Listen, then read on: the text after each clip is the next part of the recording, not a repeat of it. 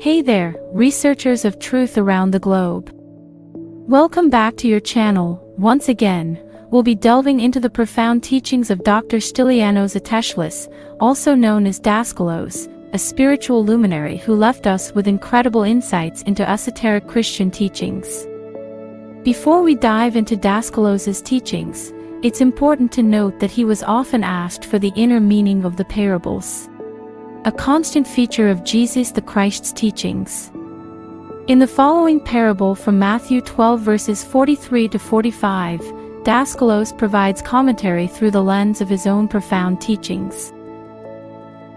Daskalos, whose wisdom continues to inspire us, will be our spiritual guide through a parable that sheds light on unclean spirits, or as he preferred to call them, elementals. This parable unveils the intricate dynamics of these entities and their impact on human consciousness. His teachings go beyond the surface, offering a deep understanding of the journey of these elementals and their significance in our lives. Daskalos had a unique way of categorizing elementals into two distinct groups: emotional thought forms and pure thought forms. His teachings shed light on the importance of discerning these categories for a more harmonious existence. Our spiritual guide, Daskalos, imparted a fascinating skill, the art of creating and projecting pure thought form elementals.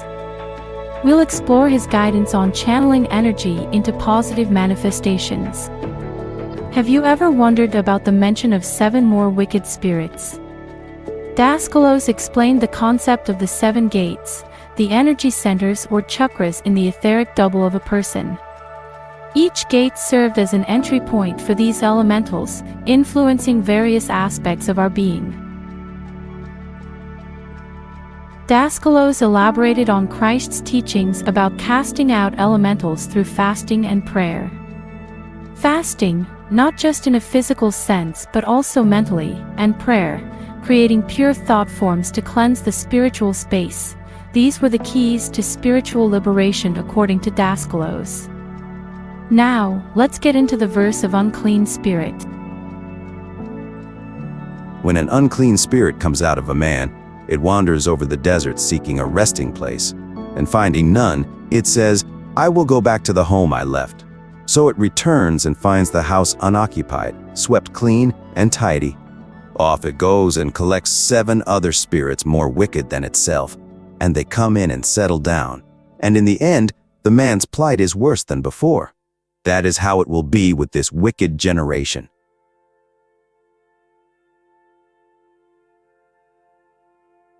The Bible speaks of unclean spirits, as in this parable. We prefer the term elementals instead of unclean spirits. Christ also speaks of the unclean spirits as empty, meaningless, and some call them evil spirits.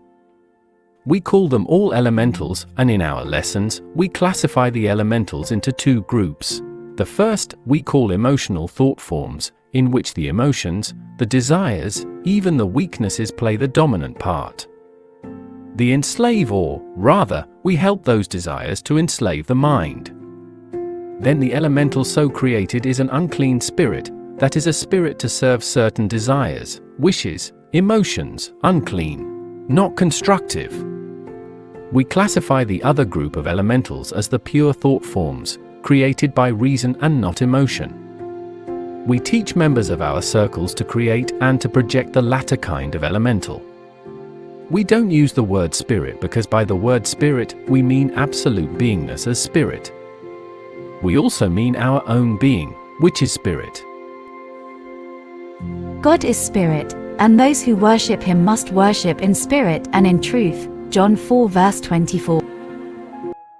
So, to avoid misunderstanding, we call these thought forms, whether emotional thought forms or pure thought forms, elementals. Every elemental has a definite form, with energy in it. Every thought, every emotion, every desire, creates a thought form, an emotional thought form or a pure thought form. Christ knew that difference when he called these spirits or elementals unclean. And he describes in this parable how these elementals are created at the moment when they leave their home. Their home is the personality of man. When an elemental is created, either by thought or emotion, it vibrates at the same rate as its creator. So, when an elemental leaves that personality, the parable says it goes into the deserts. That means places where there is no new thought for it to absorb and be revitalized. It passes through the fourth dimensional world, not deriving strength from it. But it has its own life, its own identity, and, of course, a kind of intelligence. The elemental says, I will return home to my creator to be re-energized, to get more energy. But in coming back, it brings with it another 7 more wicked spirits. Why do we attract such spirits, such elementals? Because we know that like seeks like and that the elemental vibrates at the same rate as other such elementals moving about these deserts, so they join it. The elemental, then, attracts such entities, vibrating at the same rate of vibration as itself, or even worse, and starts coming back. Now when they come back, they find that fellow with a clean home. That means the man is not all the time thinking in an evil way, he's sometimes good, sometimes. Let us call him a man who is behaving stupidly. That is what the parable means when it says the spirit finds its home swept and clean. It also finds it unoccupied. What do we teach? That a man, when disenergizing an elemental, which he does not wish to return, must replace it with another good elemental. In this way, it cannot gain entrance.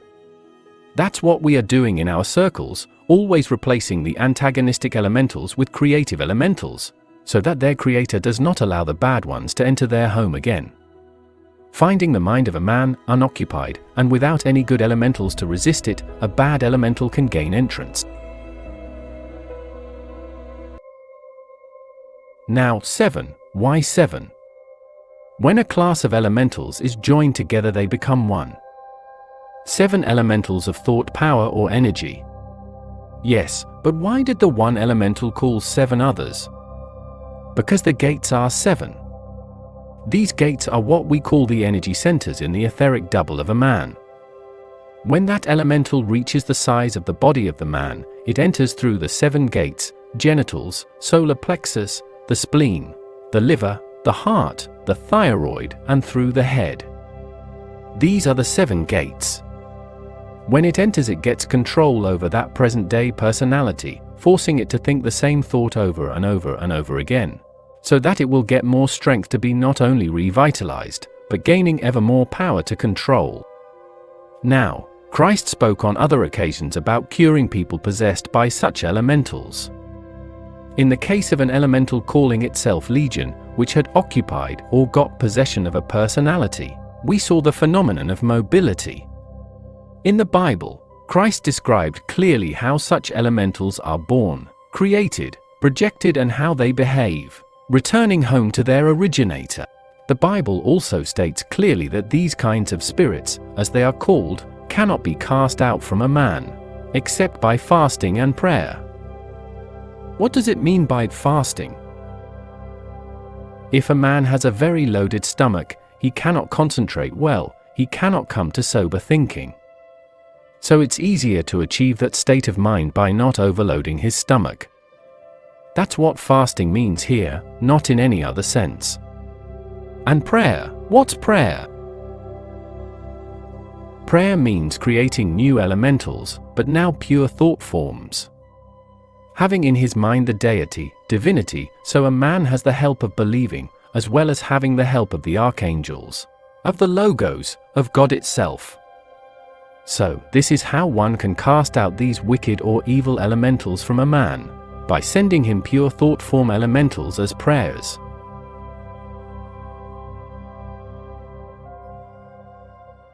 As we delve into Daskalos' teachings, let's honor his memory by appreciating the profound wisdom he shared with us. If you found this exploration enlightening and would like more videos like this, diving into the teachings of spiritual luminaries, let us know by hitting that like button, commenting your thoughts, and subscribing for future content. Your support means the world to us. Until next time, do the exercises and meditations and keep seeking the truth.